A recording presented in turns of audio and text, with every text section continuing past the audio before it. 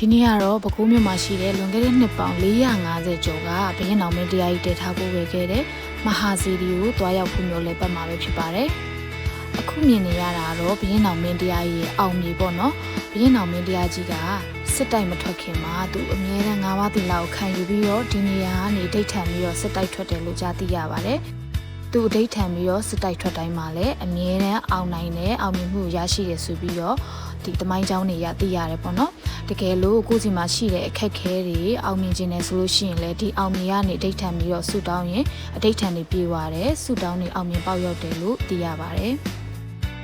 ဒီကျောင်းတော်ကြီးထဲမှာမြန်မာဘာသာယူရီးယားဘာသာ2မျိုးနဲ့ဒီစာရေးဆွဲချိတ်ထားတာကိုလည်းတွေ့မြင်ရတယ်ပေါ့နော်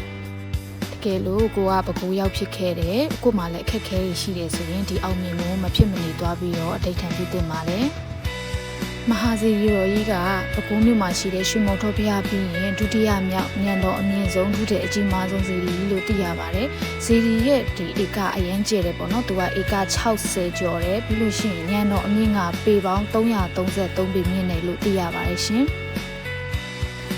ဒီစီရီတော်ကိုတပတ်ပတ်ဖို့ဆိုရင်အရန်ကိုကျဲပြန့်လွန်းတဲ့အတွက်ကြောင့်မလို့နားပြီးတော့ပတ်ခဲ့ရတယ်ပေါ့နော်။စီရီတော်ထဲမှာဆိုလို့ရှိရင်အေးရတဲ့ပင်တွေကအများကြီးစိုက်ထားတာဖြစ်တဲ့အတွက်ကြောင့်မလို့1000နားပြီးတော့1000ဖူးမျိုးလို့ရပါတယ်ရှင်။